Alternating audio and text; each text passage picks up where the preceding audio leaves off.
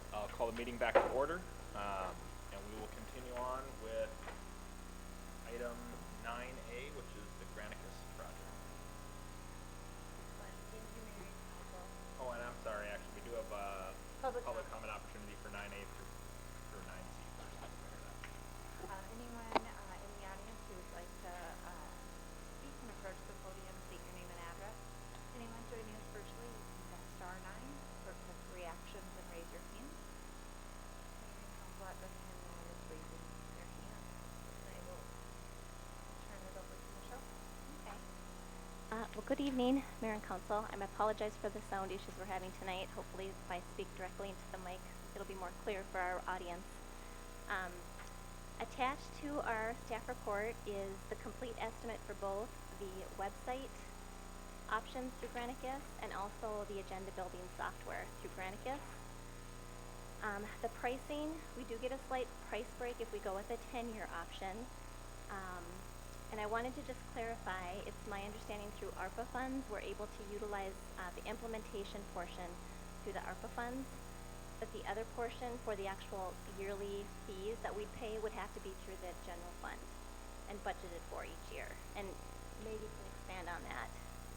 So I am reaching out to auditors to get more clarification on that portion as well to see, to confirm whether or not we can use ARPA funding for that portion. So more to come on that. Sure, thank you. Yeah, that was going to be my ask actually, so I'm glad you're already on that, because I know I've seen other cities do something similar in the past, and maybe it changed and they ended up not being allowed to do it or something. But I also know the rules does get pretty complex and can be allowable under one category but not the other necessarily. So it's so first off, the website design aspect of it seems kind of unnecessarily pricey compared to what we're getting currently or other options out there. I don't know that the second part makes a ton of sense for us. What are we getting currently? Civic. Civic Live is our current website provider, and that is about seven. I think we just had our input when we started with 1,600 and 17 after 5 years. So a lot Per year. Per year. And how much time do we spend interacting with that website to keep it current? What limitations does it create that might be resolved by a different system? Staff touches it daily. Multiple departments touch it daily. It is kind of, once you're used to the back-end interface, it's okay. There's still some things that we work on that are, I think, could more easily be resolved with a different software program. I know that the Granicus product also allows us to have a better interface with our audience. We can send you out a link that kind of gives you a general overall view of different cities that actually use that product, so you can see it from like a user standpoint. They also have a way to track emails, so we could utilize the email feature to reach out to residents from that perspective as well.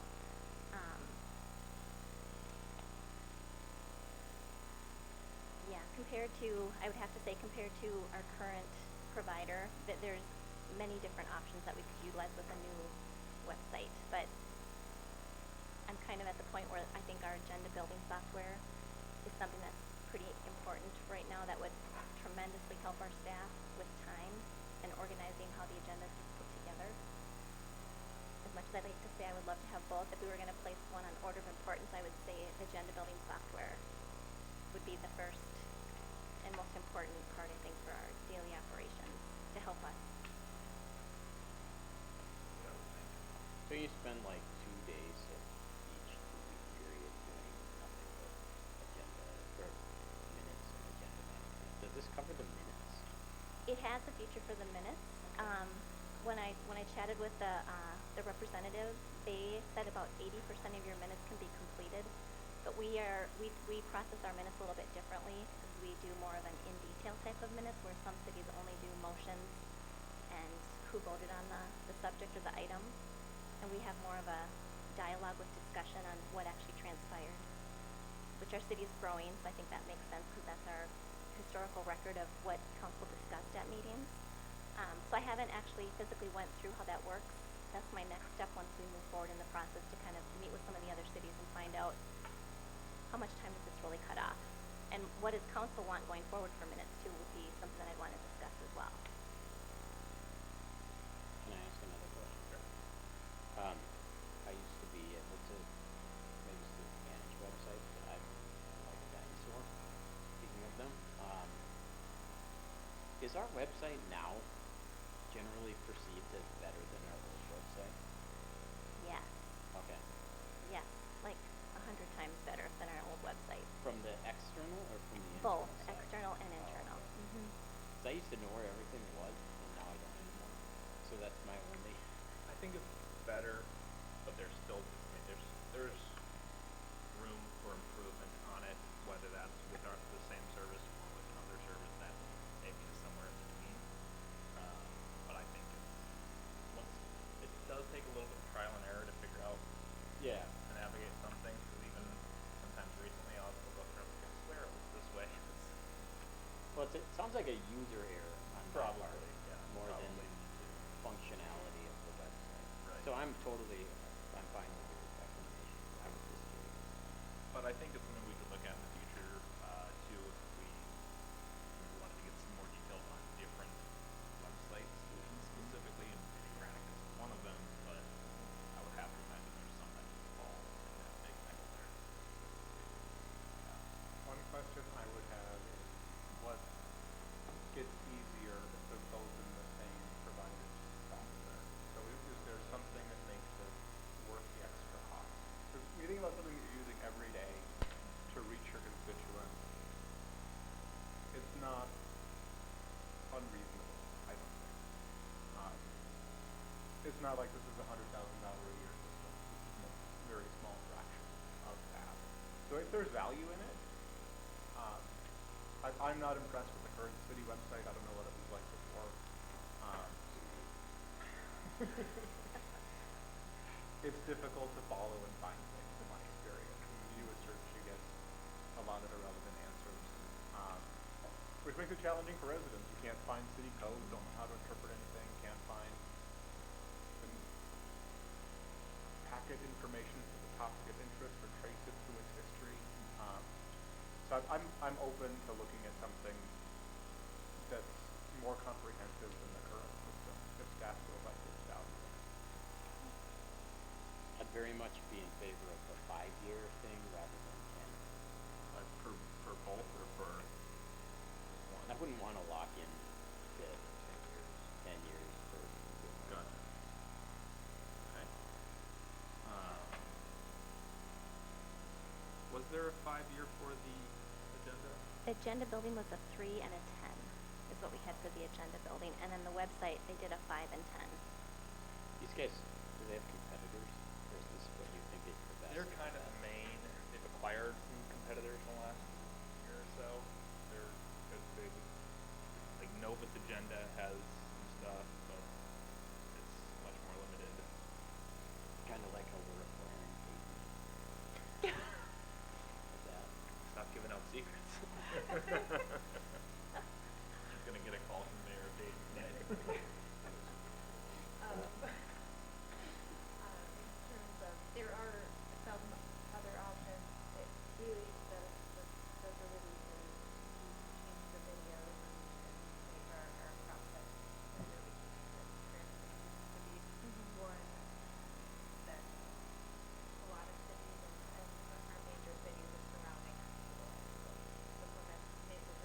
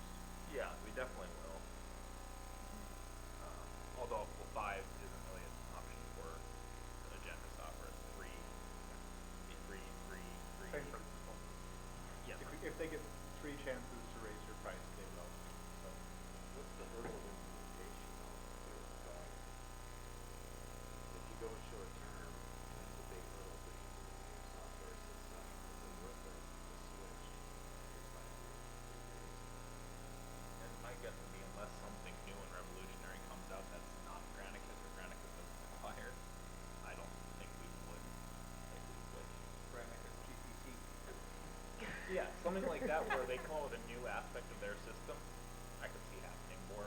I think that's more likely than the new competitor that comes out of left field and way better than Granicus. What they offer. They offer a pretty, they kind of dominate the market.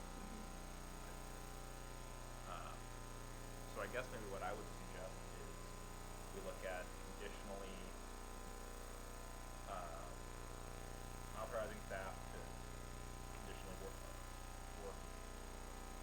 getting a 10-year agreement for the agenda building software, contingent on getting approval from legal and our auditors that we can use ARPA funds on that. And then if we can't, bring it back to us when we're in our first budget work session so that we can look at some of the specific years. We can't use ARPA for more than just implementation. Then we look at the numbers and term and all that. Maybe then we're not looking at 10, maybe then we're looking at 3 or something. Can I ask, can we, if we do a 10, it sounds like you're leaning towards 10, which is fine. But can we look at like in the contract how we get out of it? You know, since James is here, just to give us some like if you know how it gets, they're locked in for 10 years, where we would be, and then if they suck at everything, we're still locked in for 10 years. We just want to make sure that we have a way to get out if they don't meet certain expectations. Yeah, maybe that could be part of the review we could do on that. Because I know I've seen, I saw some do some research last minute where they had a contract, multi-year contract with no agenda, and they got out of it, but to Granicus, and they were able to do that. Yeah. They did that, or they put the terms in there, or they agreed to work. Because these terms and conditions aren't like that. Yeah.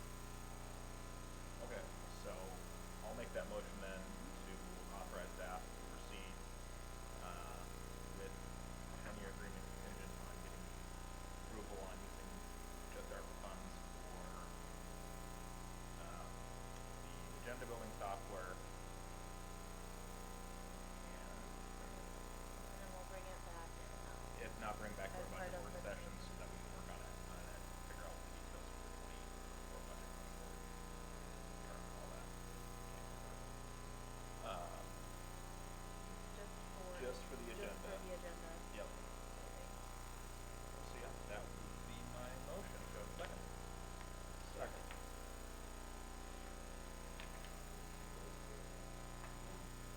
Pick one of us. I'll give it to John.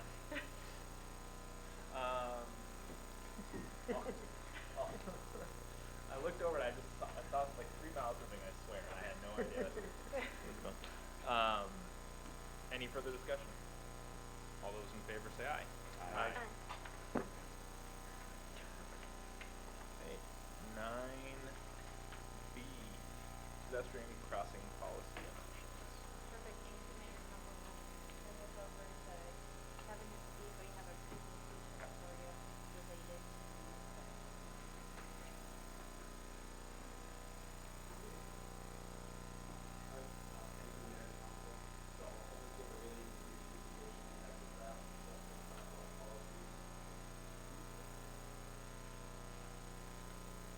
Good. Thank you. I'll give a high presentation. The whole draft policies in your packet, so I'm not going to go through section by section. But just a brief background. So at March 9th work session, we talked to the council about just the idea of the pedestrian crosswalk policy. We walked through some pros and cons, different options of what really could be included in those, and got some direction from the council. They wanted to draft or see a draft policy, and at the same time, they asked us to look at 2 specific crosswalks evaluations that were part of the packet, and we'll touch on tonight. Next slide. Oh, there we go. Thank you. So just a really high level overview of what's included in that draft policy, kind of to touch on some things that we talked about in that work session. So one of the key pieces is really the evaluation selection piece that talks about how do we even decide which crosswalks or which areas we'll look at. So there's 3 really ways that they're identified. One allows for resident requests, same as today if a resident were to come in and make a request to staff, there's allowances in there to allow us to consider them and kind of take them down this path, as well as can be used as a tool in the multimodal planning. So as we're developing our comp plans, our trail plans, our park plans, this could be used as an evaluation to help identify where maybe some of these things are, so we can better plan for them with both funding, capital, those sort of things. And probably the third, which we heard from the council, was really the development considerations. So there's a big section in that talks about being forward-looking. One of the things we talked about is when it's solely engineering-based, it's tough. So engineering usually is looking back, right? It's a warrant-based analysis. These evaluations really allows us to look at these developments and say, okay, forward-looking, what are the adjacent land uses? What are some of the pedestrian attractions in the nearby area? There's even language in there that says outside of the boundaries, looking at those, what's going to attract those pedestrians to allow us to be a little more forward-looking as we go forward. Next slide. So then the other piece is it talks about the criteria, and I kind of touched on those, but in there, there's a number of criteria. There's some rigid criteria that we typically follow as engineering about. We want, minimum amount of traffic. We want pedestrian count, some of those typical things. We don't want the ability, we don't want an RRFB at every crosswalk in town. We don't want that at the same point. There's some considerations of flexibility that's incorporated in there. Some of the key ones were land use triggers. As we're looking at residential, maybe it's a residential with a lot of crossings adjacent to, whether it be a business park or something that maybe has some conflicts for those pedestrians, that allows us to identify those land use and use that as a consideration as well, versus solely just saying how many cars and how many pedestrians, and that's what we're going to look at. Additionally, the nearby facilities, these comes up in the examples we'll talk about tonight. Community parks, community centers. We're building this big downtown, this beautiful park we're talking about building. Those take additional considerations, even though they may not make warrants. We want them to be pedestrian, multimodal friendly. So it kind of touches on some of those as well. One of the key highlights is just being flexible with it, not making it too rigid where one size fits all, and if it doesn't fit within the certain criteria, it doesn't allow us to make reasonable decisions. And then the next slide, please. And then the last is just, what it looks like. What is the criteria? What's that matrix that guides those decisions? So that's that table you see. It's really drawn from some of our technical guidance, the FHWA, Federal Highway Association. But one of the things we also heard is we don't want it to be too complicated. While this looks really complicated, it gives us a suite of options. So we have two main criteria: what's the road look like and what's the speed. And within those, it gives us options that we can consider that helps guide. You're not stuck to any one of them. It gives you really a suite of appropriate things that we can look, bring back, evaluate those, and say, of these 5 things, we think this is the best one.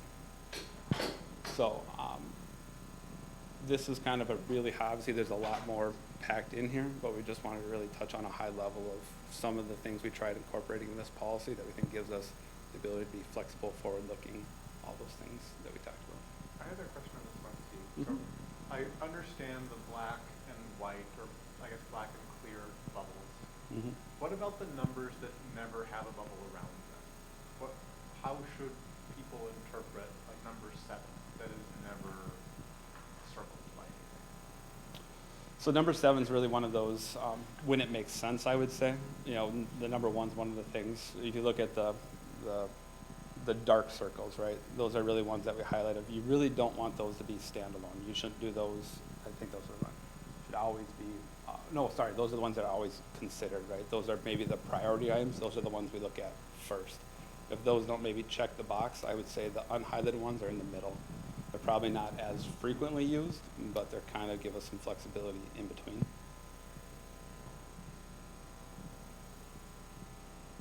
And I would say when you look through them, a lot of them are I don't want to count, but maybe the mid-tier, cheaper options that can create some awareness, but maybe aren't the more traditional that you see more frequently. Thank you. Can I ask a question? Yep. Pedestrian rights in absence of a signal. It says basically, section 169.21. Might be a math question. Does this apply to any road? I see that it means roadway, but does it apply to every single road in Corcoran County?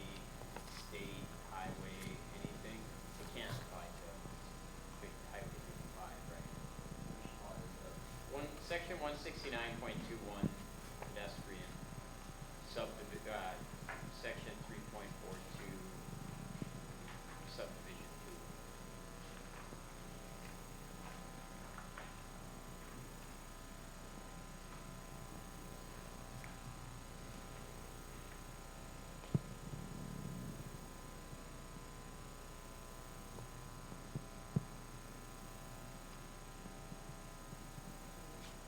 Now page 2. You're talking about bullet A, right, within that section?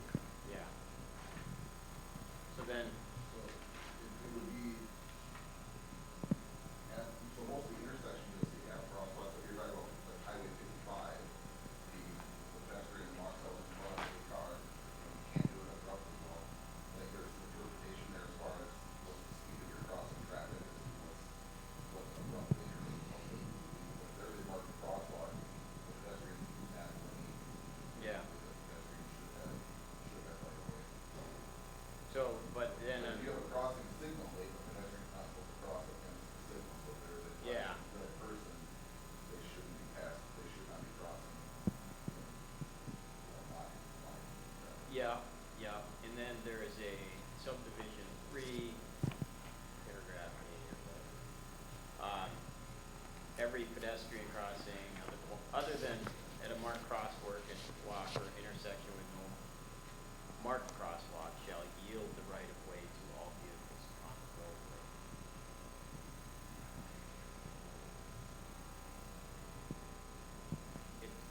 Those are, I think what that means is like a mid-block crossing, if I'm interpreting that, is saying, my understanding is every intersection is a legal crossing. And I think what that section is meant to say is, you know, mid-block crossings, Matt, you could correct me, but mid-block crossings don't fall under that same criteria within, once you're not at the intersection. At that point, the motorist then, So 3.4.3A, right? yeah, Yeah. 3.4.3A. Other points, other than the marked crosswalk at intersections of mid-block crossing. Yeah. So technically, if we put a crosswalk on C, technically without a crosswalk right now, if somebody's on an intersection, they have the right of way, even if there's no marked They're at an pedestrian crossing. intersection, yes, and while they're in that lane, traffic is flowing, so we've got, if they're on this, that half of that lane. I think when that one person orders like the entire roadway, you would have to change the person or pedestrian who's in that traffic restriction stays on, so they completely. Oh, yeah. That.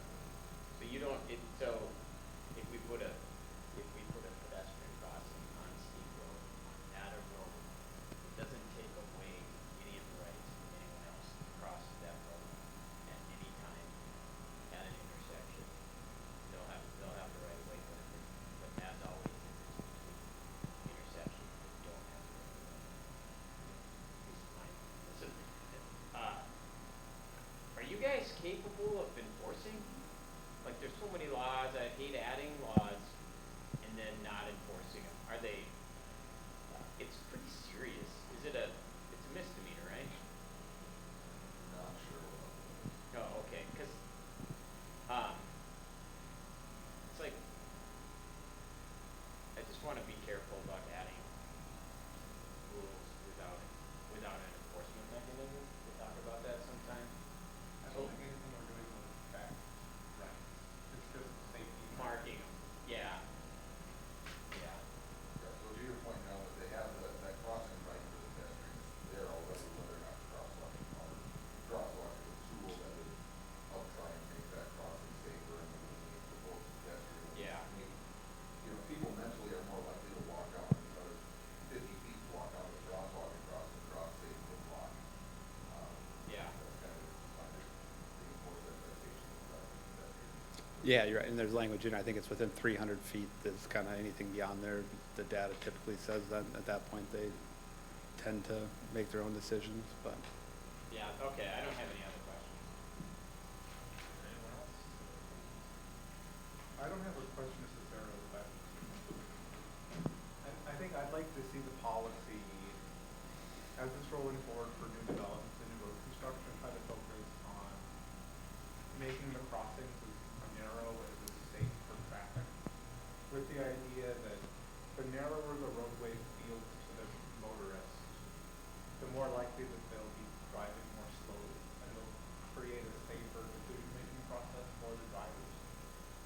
think of, like, Leeson Parkway is a very broad bylaw development park. So it's natural people want to try to drive faster in that area. So any direction that we try to do now with, paint or signage, we're kind of at war with the design of the street, which makes you feel safe at 40, 45 miles an hour.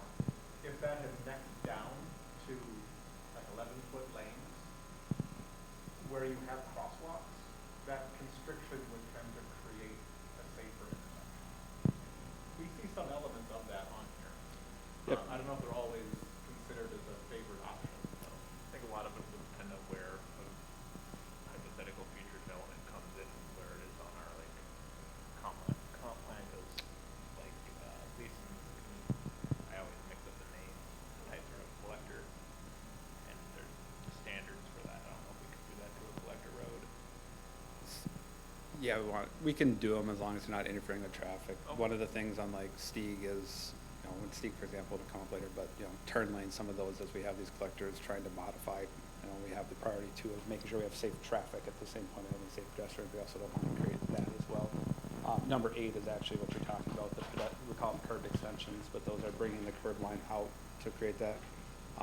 Fair point, an example being City Center, I think we've incorporated, we tried to take that into account, and so it's kind of that first step. It's a state aid roadway, so we have those high level design requirements, but we can still do it if we're really being targeted with it. When they're everywhere, they're tough, and public work, we're also down. It's a challenge for public works. They look really good at times and they can be done successfully. They also get beat out, like if they're not in the right spots, they also put you It's a out in the skillful traffic, process. and you need plow drivers and all that, and the additional damage that comes with it, so. I think, I'm in agreement with what you say. I think we need to apply those standards. I think we need to look into, not tonight obviously, but look into a different standards, or different standard for street widths, on all of our roads, because of some of the misnomers about having a big wide street is actually safer when, and hopefully it's not oftentimes. There's something we can do about Gleason, but I think, I don't wanna forget what you just said. I wanna make sure that we revisit it. I don't know how we revisit it, but we ought to do it since we have lots of street there. I would comment on the street with, we talk quite a bit of, like, for instance, the revision neighborhood and things like that. One of the things that we run into now is complaints from public safety, even as the road widths are, which you have add parking on the one side, and then you have crossing traffic and fitting fire trucks down there.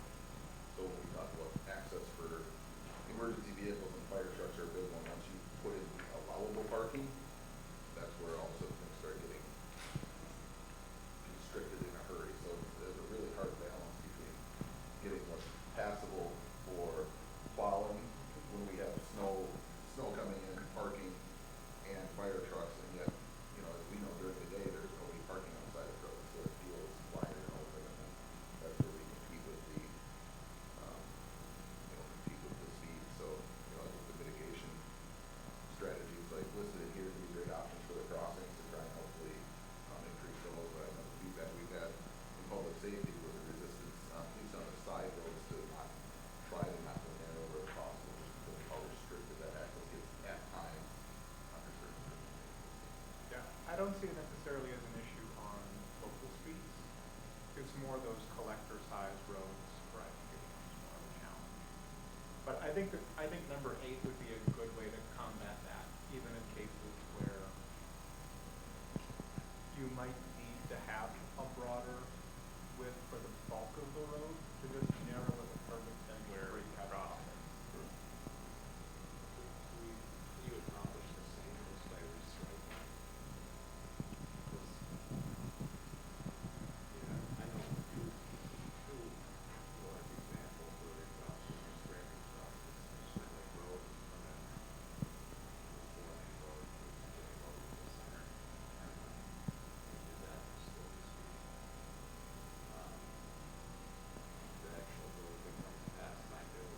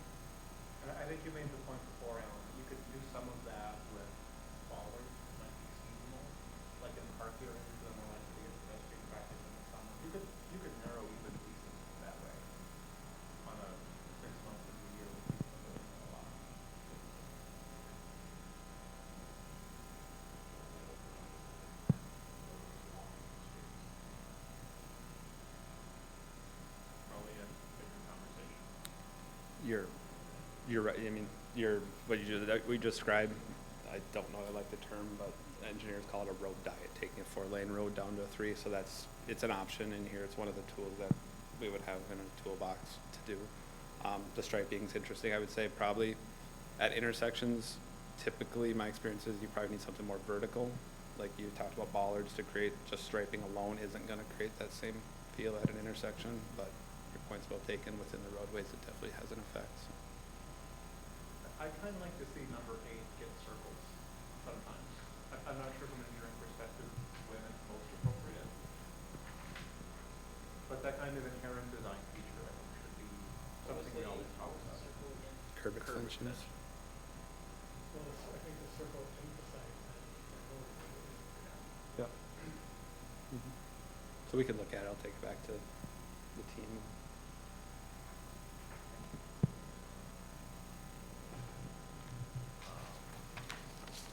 So that was the draft, this is a draft version of the policy, so I think tonight this is what we're looking for, is just feedback from the council, what worked, what didn't work, what your thoughts were. I think our next steps would be take this into consideration and then move this, to a more finalized form. If you guys are generally okay with the layout and content, we'd work towards finalizing that. The second piece of this was just those 2 intersections. And again, we had memos that touched on these in the packet, so I'm not going to try to go into them too in depth, but if you have any additional questions, I'd be happy to answer them. Do you mind going to 2 slides? The first one, thank you, wonderful, is the Stieg Road Elm Lane intersection. So this is on Stieg Road at the Bellwether, that northern entrance to the development. Elm Lane is obviously the main connector as you go south into Bellwether, and then it connects 29 single-family homes to the north. One of the things we reviewed that we talked about having flexibility in this policy is Stieg Road is, if you go west of here, it's actually a 3-lane, that 2 through lanes, and it has the shared left. This whole eastern half actually has dedicated turn lanes, so it really operates more as a traditional 2-lane roadway, because we have dedicated turning movements. We don't have that intermixing left in the center island. So we actually reviewed it against both of those just because we didn't want to be fixed to one way. We really wanted to look at this on a holistic level. Next slide.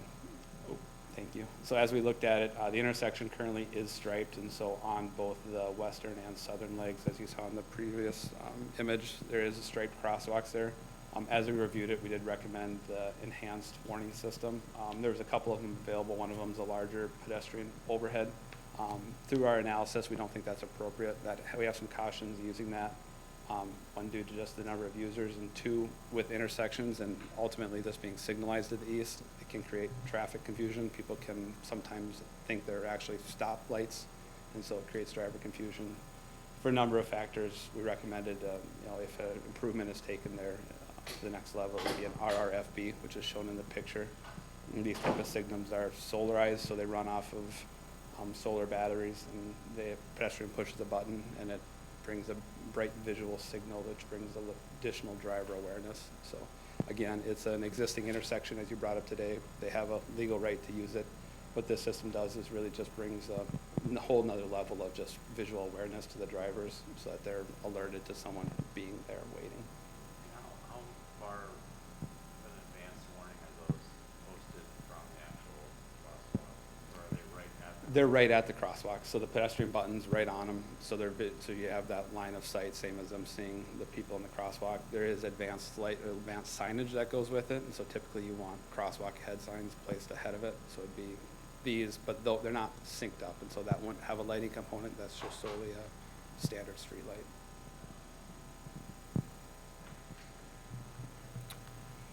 Do you want me to just run through both of them, and then you can take any questions, or we can circle back to them? All right. So the second intersection we looked at is the Gleason Parkway. So this location has the offset trails abutting Gleason Parkway between Carriageway, Bridle Path, and Wildflower Trail. One of the unique parts about this trail is there's kind of 3 things going on. We have 2 different amenities, one in the northwest, Wildflower Park, and an amenity base in the southeast, which is the Ravinia Community Center. And then kind of in the middle is that trail. So we have you have users that want to go to each one of those destinations, and then you just have the recreational trail user that's really just wanting to take the trail path.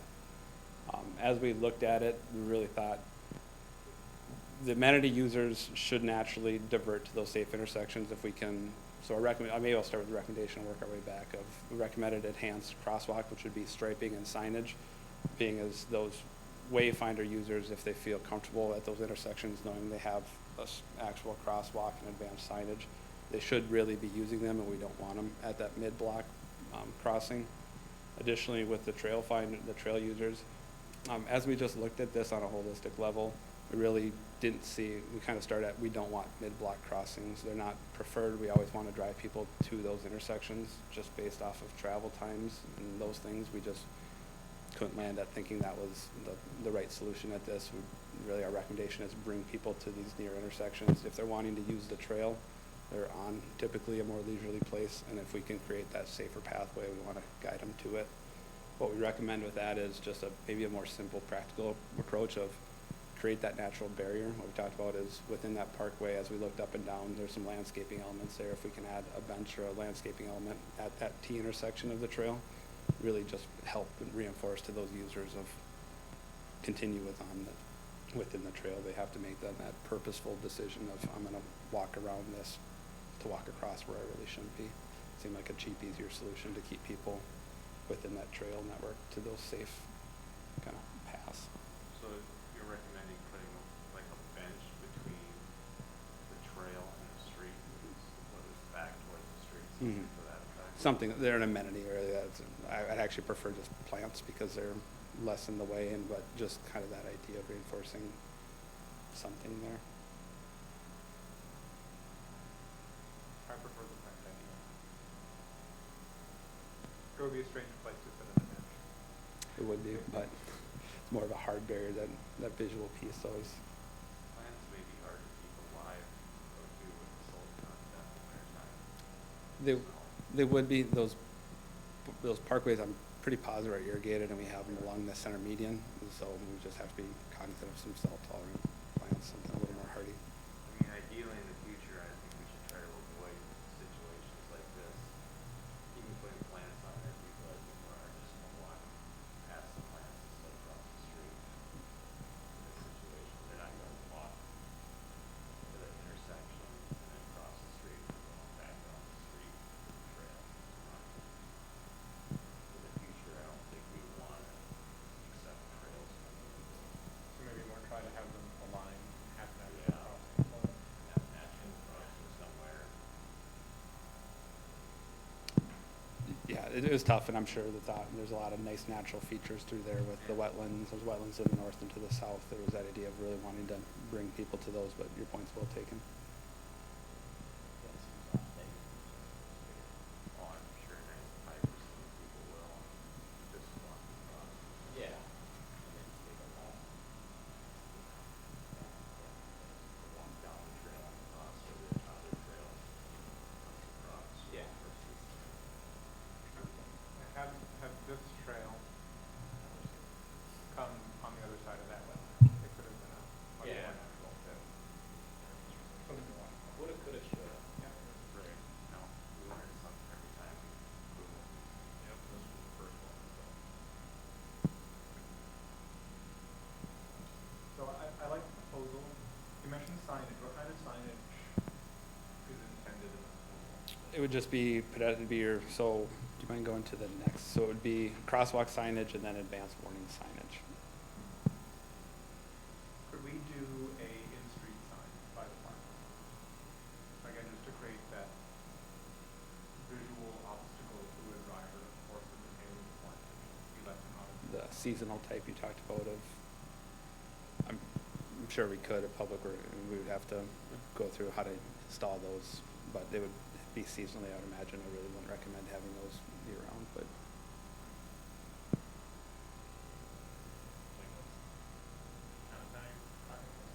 So what I'm envisioning is those signs that maybe 2.5 feet high, sort of in the middle of the road, and they take that street off.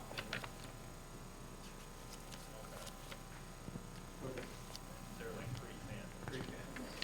Actually, not like a pole driven into the ground. You hit it with your car, you knock it down, and scratch your paint. Gotcha.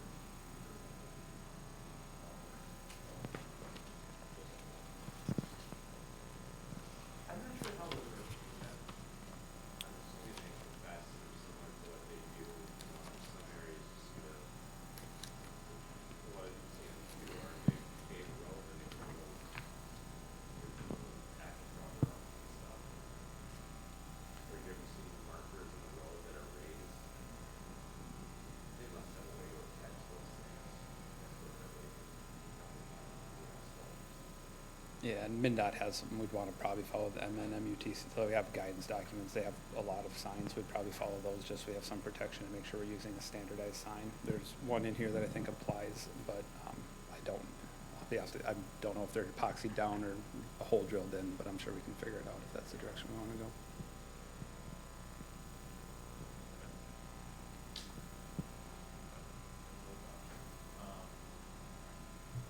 So policy-wise, I think we're all, with a couple of pieces we talked about earlier, on the same page.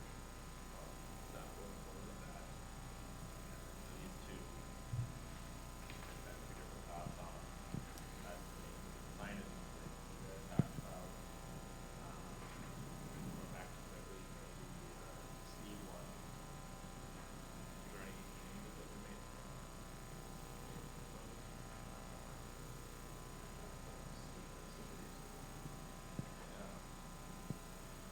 Yeah, I'm fine with the light. So then I guess the question is in terms of funding, timing, those two, how we want to handle that. We could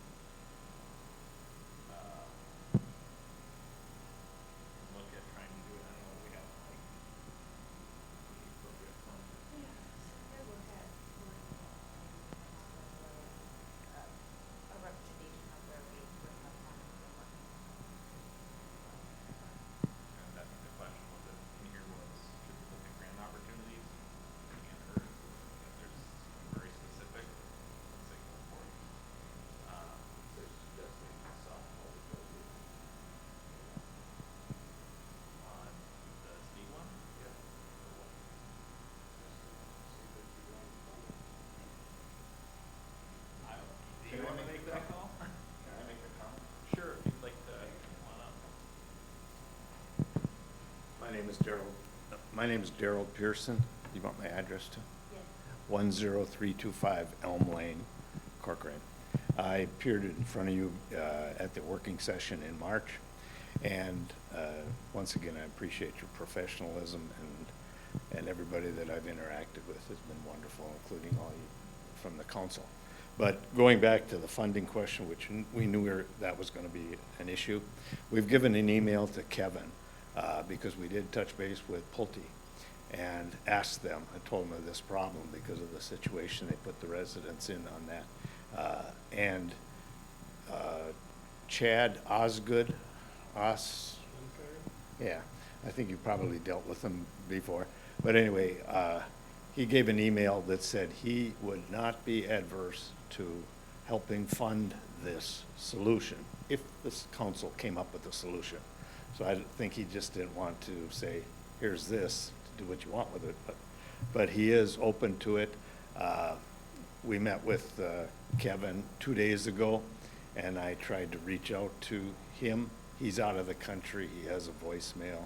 I talked to a couple other people from Pulte, and they had talked to him and verified that it is a positive thing that they would like. If you come up with a solution, they'd like to help fund it. Sales are good in Bellwether right now, so I don't know. I think they'd be very receptive to hearing from you folks. I don't know how long that's going to last. Thanks for letting us know. That's really good to know. Okay. Yeah, absolutely. Thank you. All right, thank you. So I think we have the solution we like on that one for sure.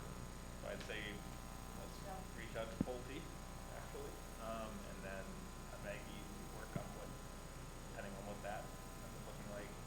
Bring Get some later. everybody.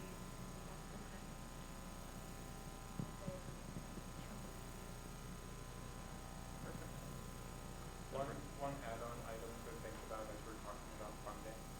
The speed indicating signs that were added to speed and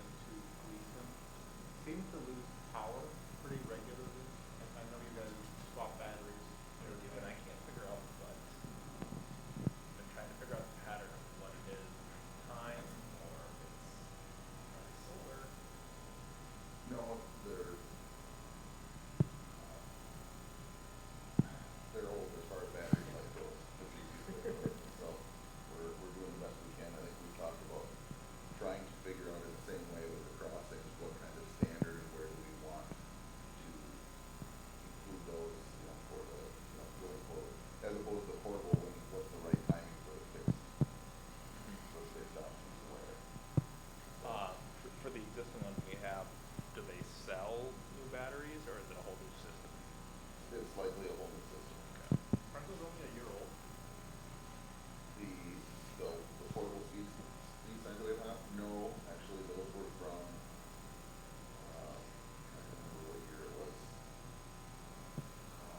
The counselor LeBave was on the council. We just had A them few on years our back, plan. yeah. Like 6 years. Yeah. I know a good electrician in town who might be willing to bring And some. we've had issues with them from the time we got them. They're one of the 2 or 3 major manufacturers. Okay. But they're out of Canada, so every time we try and ship parts, they get held up at, wherever the transport. They've been frustrating since we got them, but we're trying to make it better. No, I think it still helps. Yeah. It's certainly better than nothing, because I think when they're on, it reminds people, and even when they're not, as they're approaching, you can't, there's a little bit of time when you can't tell They if notice it's not that they're off, registered and it yet, makes them pay attention. or, yeah. So it's like, gets people to do a brake check, that helps. And we could start researching some other options. I'm guessing that there's got to be better options out there. Sure. Yeah, always good to know what options there are in the future. Do they show, is there a lot of material studies that show that they actually work? Turn. I don't remember we had a lot of data on it when we got them. I don't remember the specifics of it. Maybe I don't know if you guys. I certainly don't have any studies, but I'd say anecdotally, it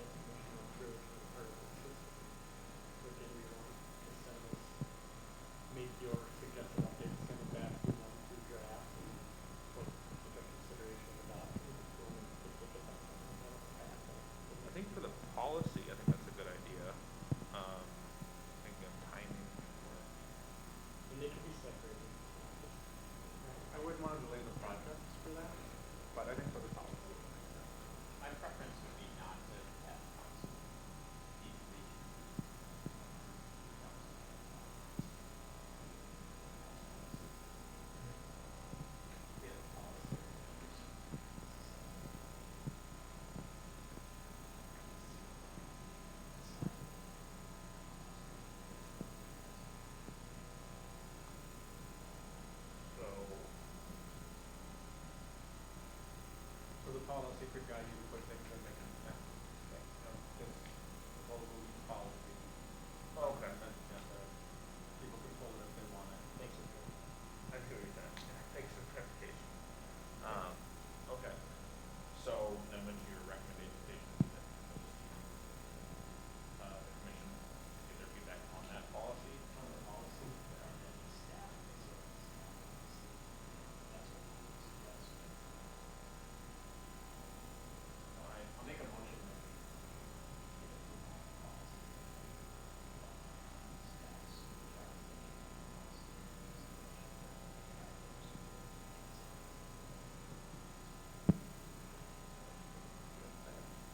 Second.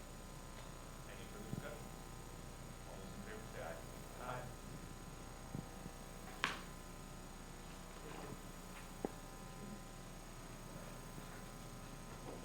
Crosswalk bar shaped like silos down. I would prefer a silo in the middle. Any place we can put a silo. The center one should be a yellow silo. I think everybody on your street should put those turtles out on the road. I don't know, those turtles that hold flags that say going out. Oh, yeah. Okay, on to 9C, which is employee recruitment and retention subcommittees.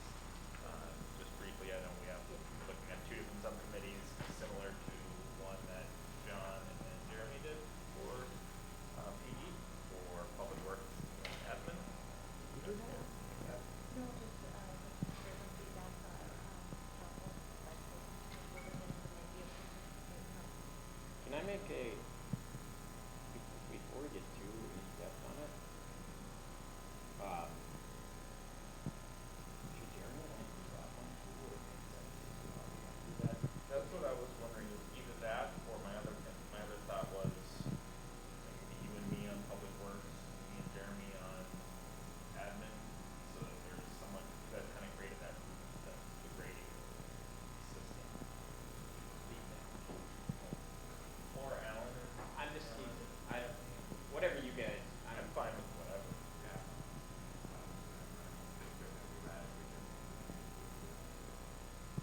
The first step that we did was we brainstormed with Matt and identified what are some things that might be of interest. And then the real value comes from getting the employee feedback, where they're forced to stack rank them and assign values to those different things. Then you can compare for X amount of dollars cost that comes from Maggie to these benefits, what is the retention value that we get across the employee base. I don't think it's anything magical that John or I brought to it, other than maybe that idea of trying to base it on. we were hours. Just staff consistency among the, You want to do both? I would do both. I'm willing to. What do you think? We need a motion on that? volunteer, or I don't,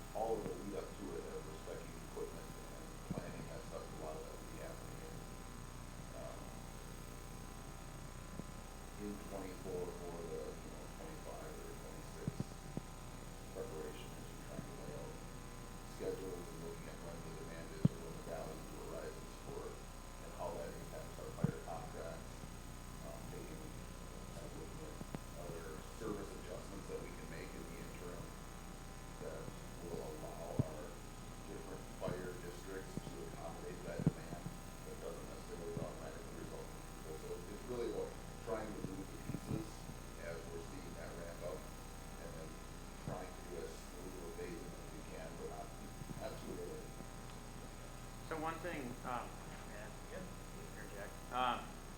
We've done, so something to think about, Matt, we've done the response times for the fire departments, and we also have the police department response times for medical emergencies. And I have a data request into North Ambulance, who is our ambulance provider, for response times over the last 2 years for the city of Corcoran, for all of them. And everything has to be taken with a grain of salt. Like, everyone wants to caution you about what you can and can't use the data for. But I think it would be helpful to keep track of the response times to our town from the 3 services that would come out and actually respond. I have that request in, but and it's a formal request, but I actually I haven't done anything with it yet because I actually don't know what purpose I would have with it. But the city could potentially put in a data request for North Ambulance and get response times and keep track of them so we know if we're meeting the needs of our citizens. Yeah, that'd be great. I'd love to sit down and go through that with you when we get it too. I know that we can say anecdotally, we can continue to see the response times increase for a variety of factors. But the ambulance service is having a hard time getting people, but also keeping that service profitable from a business perspective as well. So that from a business perspective, that controls how much they invest in that type of service. So there's a lot of moving parts to that, but I think we've definitely seen a change over the last handful of years in the service not being as available out here in our area. I don't have, so I probably, I was just curious and I thought I could get it for free, but I'm not able to get it for free, so that's part of like, I don't really want it for my own personal, I don't want it that bad. I'm willing to pay for things, but I don't necessarily need it. And I thought maybe I could get it because I work there, but I can't. So it's just, if I'm just maybe suggesting that we get data, and I won't have it because I don't know if I'll get it, but it would be nice to have to try to make a decision as to when we start increasing the budget for medical stuff. You need authorization to go ahead and do that. I think I'll have a conversation with them. I think they are good partners from a working standpoint, but to your point, sometimes they're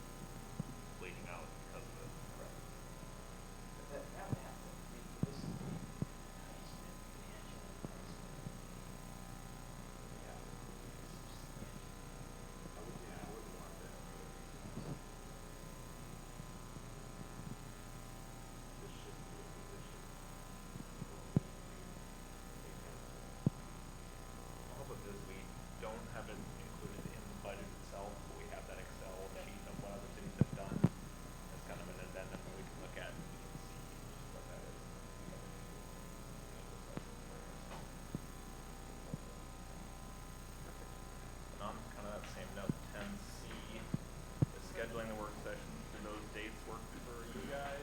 I don't know what, talk to Dean if those dates work for him. He didn't have any questions or comments in the packet when I spoke with him today. He said it will only come with the salary. It's gonna be tough to do before the budget work session. I'll be out for July date. Okay. Sounds good. I think both should work for me. Mine works, but I mean, I think Yes, it would be good. if you wanna have input or you suggest we. Well, I can provide input. Yeah, for sure. We just get maybe have a work session before we have to run out of time constraints beyond that. Yeah. I would say the date is the majority. I think it's to give enough time to put it together and then have enough time to kind of digest it between both two together. And then we have it earlier than normal. Ideally, we But- would like to have it on the 14th, just because we have to have everything to the date, but 30th is a Sunday, so it doesn't give us a whole lot of time to get the mayor signature and prepare a couple reports that show the counties. So, yeah, we'll make sure to touch base with one of us, Jess. If we have most of it consensus on the 14th, we can do it on that 20th, if there's something, like new information or something big has happened, but ideally we want to. Okay, then I'll go ahead and call work sessions for July 27th and August 24th at 5:30 p.m. each for work on the budget. Simple budget. And 10D is the street lighting policy and ordinance discussion.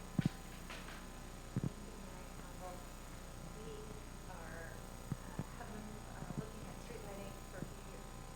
We talked about it at council level a little bit vaguely, but now we're finally starting to really sit down the street. So street lights are one of really understand what the vision is for street lighting policy. So we were able to pull together a couple different cities and look to see what they had for their street lighting policies as well as ordinances. So it's kind of a two-part piece. We'll a policy to outline what we want to see as street lights and where we put them in and what kind of some areas that are in. So we might have some discretion on what we take in for folks if they want additional street lights, just kind of outlining all of those processes in the policy piece. And then there's a piece that is related to collecting street lights and using an ordinance also to allow us to assess for those street lights and to go on those. So those are the big pictures. We want to pull together a street lighting policy and ordinance and really wanted to just get some feedback from council on what parcel should we charge right now for the main streets in town. We pay for those for collector roads and those lights that are on those. We pay for those. We might do some intersections that neighborhoods pay for. And they put street light in because they want it to have a light out front. So there's some ones that we have in town that are cities ones, some that are neighborhoods, but really wanted to understand if we want to do a across the city street lighting. Not suggesting that we do or not, just wanted to get some feedback on that, understand whether or not we want to continue to pay for those collector roads or if we should build that into our fee process, and then should we have a process for existing neighborhoods to request those additional fees. How much does it cost? So for years, we'll pay $20 a month for a street light. Depending on if we're funding Excel or if we're funding it varies a little bit. But and depending on if they were what style they were put in, they vary a little bit. If they're put in beginning of so later. So we're seeing likely the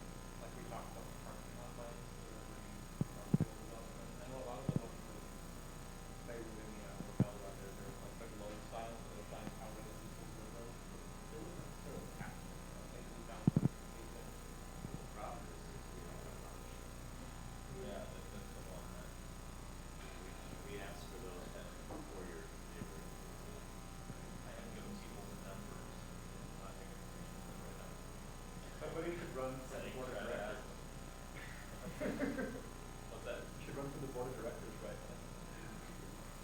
Yeah, if someone wants to go through that, I would support them 100%. One of 8. Yeah. Or 9 or whatever. Yeah. You have to convert to supply or if you're not gonna be building.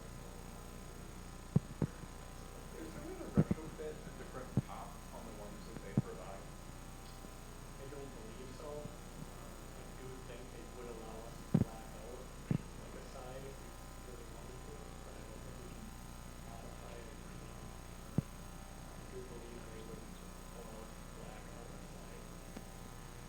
So that could be a future discussion.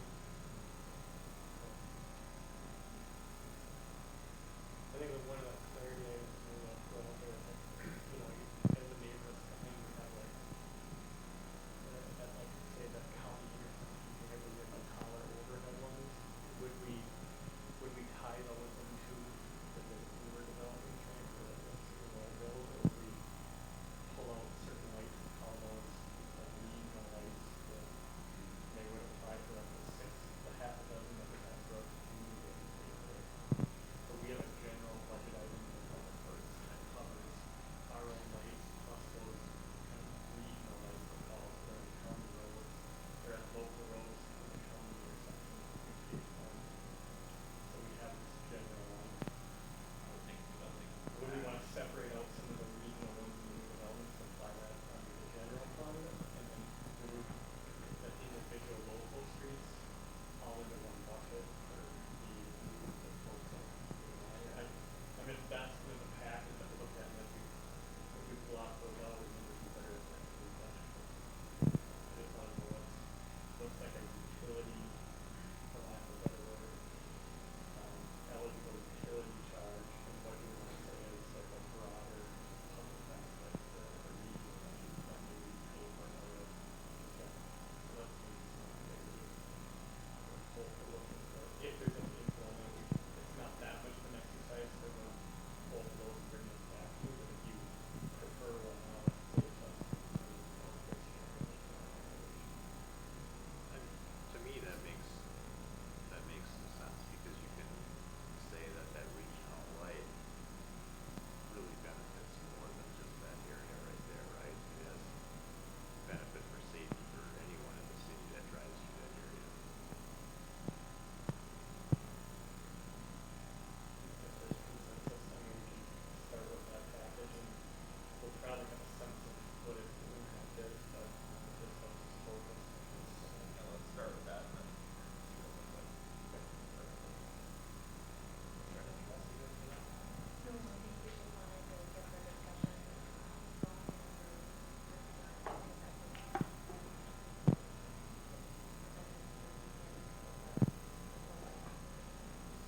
so, thank you.